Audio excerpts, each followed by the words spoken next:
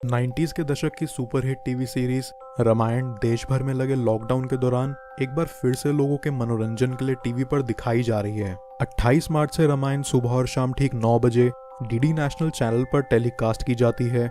इस शो की इतनी ज्यादा पॉपुलैरिटी होने का आइडिया इसी बात से लगाया जा सकता है कि 90s की सीरीज होने के बावजूद आज भी लोग इसे उतने ही उत्साह से देख रहे हैं और आज भी ये कई रिकॉर्ड अपने नाम कर रही है।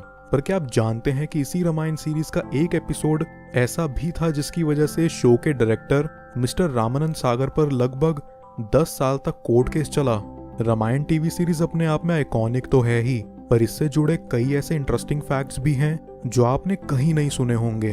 तो आइए आज इस वीडियो में जाने रामायण टीवी सीरीज के बारे में और उससे जुड़े कुछ इंटरेस्टिंग फैक्ट्स। तो ये बात है उस दौर की जब भारत के छोटे गांव से लेकर बड़े बड़े शहरों तक में भी हर किसी के पास टीवी नहीं हुआ करता था। गांव और छोटे शहरों में मुश्किल से 2-3 लोगों के पास टीवी हुआ करता था और कलर टीवी तो बहुत ज्यादा रेयर था। इसीलिए रविवार को सुबह सुबह लोग फटाफट अपना काम पूरा कर घर पे ताला लगाकर अपने टीवी वाले दोस्त के घर चले जाते थे, क्योंकि ये वक्त होता था टीवी पर रामायण के टेलीकास्ट होने का। इस शो के क्रिएटर्स का ये कहना है कि उनके मन में रामायण बनाने का आइडिया तो काफी पहले से आ गया था, पर उनके मन में हमेशा से ये सवाल था कि क्या टीवी पर लोगों को एक धार्मिक शो देखना पसंद आएगा। इसलिए सवाल का जवाब ढूंढने के लिए उन्होंने रामायण से पहले विक्रम बेताल नाम का एक टीवी शो लॉन्च किया। इस शो में ज्यादातर रोल्स उन्हीं लोगों ने निभाए हैं जिन्हें आप रामायण सीरीज के लीड रोल में देख रहे हैं। रामायण में राम का किरदार निभाने वाले एक्टर अरुण गोविल जी ने इसमें राजा विक्रमादित्य का रोल निभाया था। इसी तरह सीता का किरदार निभाने वाली एक्ट्रेस दीपिका चिखालिया, लक्ष्मण का किरदार निभाने वाले सुनील लहरी जी और हनुमान का किरदार निभाने वाले दारा सिंह जी ने भी विक्रम बेताल सीरीज में कई रोल्स निभाए।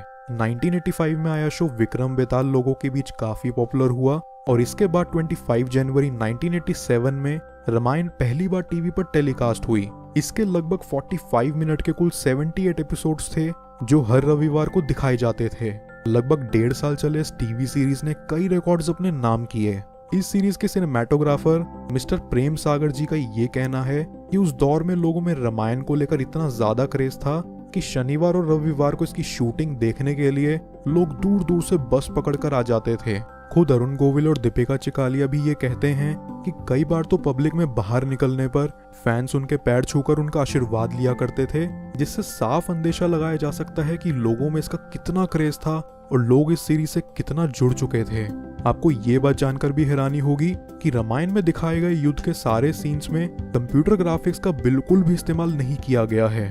33 साल पहले बने शो में उस वक्त एक एपिसोड को बनाने में लगभग 9 लाख रुपए का खर्चा आया करता था, जो कि उस वक्त के हिसाब से बहुत ज्यादा था। इसीलिए युद्ध में सेनाओं को दिखाने के लिए लगभग 2000 जूनियर आर्टिस्ट को बुलाया जाता था और शूटिंग की जाती थी। जब भी शो में जूनियर आर्टिस्ट की जरूरत पड़ती थी तब गांव-गांव जाकर ढोल नगाड़े बजाकर इसकी घोषणा की जाती थी और फिर कलाकार भर्ती किए जाते थे।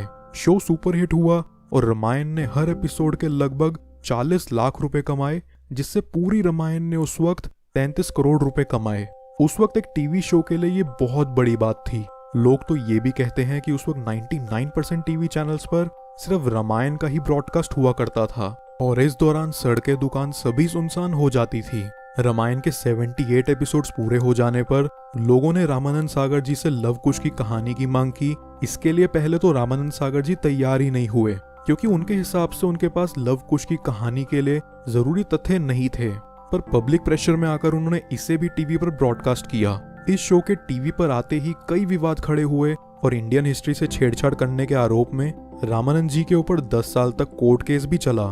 एक मजेदार फैक्ट ये भी है कि जब रामायण में रावण की मृत्यु हुई तब उसका किरदार निभाने वाले अरविंद त्रिवेदी जी के गांव में उस दिन शोक मनाया गया था। राम का किरदार निभाने वाले अरुण गोविल जी कहते हैं कि रामायण के बाद से उनकी लाइफ काफी ज्यादा बदल गई है। वो बताते हैं कि एक दिन शूटिंग के बाद एक फैन ने उन्हें सिगरेट पीते हुए देख लिया। उसने उनके पास आकर बोला कि हम सब आपको भगवान मानते हैं और आप ऐसे नशे कर रहे हो। ये बात अरुण गोविल जी को इतनी ज्यादा दिल पर लगी कि उस दिन से ही उन्होंने हर नशीले पदार्थ का सेवन बंद कर दिया। ये भी कहा जाता है कि एक बार अरुण गोविल जी को राजीव गांधी ने इलाहाबाद से कांग्रेस पार्टी की तरफ से चुनाव लड़ने का मौका भी दिया था, जिसे अरुण जी ने ये कहकर ठुकरा दिया कि इससे लोगों की नजरों में बनी उनकी श्री राम भगवान की छवि बिगड़ जाएगी। अरुण गोविल जी और सुनील लहरी जी आज मिलकर मुंबई में राम लक्ष्मण प्रोडक्शन हाउस के नाम से अपनी एक प्रोडक्शन कंपनी चला रहे हैं। वहीं दीपिका चिकालिया अपने पति हेमंत टोपीवाला की कॉस्मेटिक कंपनी में मार्केटिंग हेड का काम संभाल रही हैं। शो के निर्माता रामानंद सागर जी की मृत्यु 12 दिसंबर 2005 को हुई। भले ही वो हमारे बीच नहीं रहे, लेकिन आने वाले कई सालों तक इस शो के लिए वो हम सभी के दिलों में जिंदा रहेंगे। रामायण एक लेजेंडरी टीवी शो है और लॉकडाउन की इस कठिन घड़ी के दौरान हम सभी इसका आनंद ले पा रहे हैं। रामायण से जुड़े अपने किस्से हमारे साथ कमेंट सेक्शन में जरूर शेयर करें और ऐसे ही ट्रेंडिंग और मजेदार वीडियोस पाने के लिए हमें सब्सक्राइब करें और नोटिफिकेशन बेल जरूर दबाएं। धन्यवाद।